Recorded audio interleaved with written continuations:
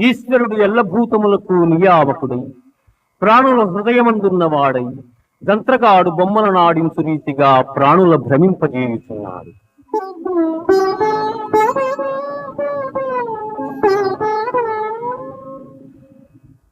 సర్వధర్మాన్ పరిత్యజ్య మామేకం శరణం వ్రజ అహం త్వా సర్వపాపేభ్యో మోక్షయిష్యామి మా శుచః.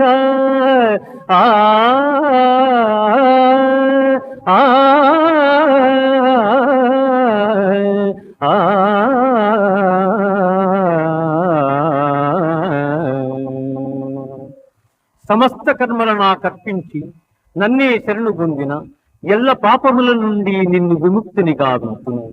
నీవు చింతింపకు.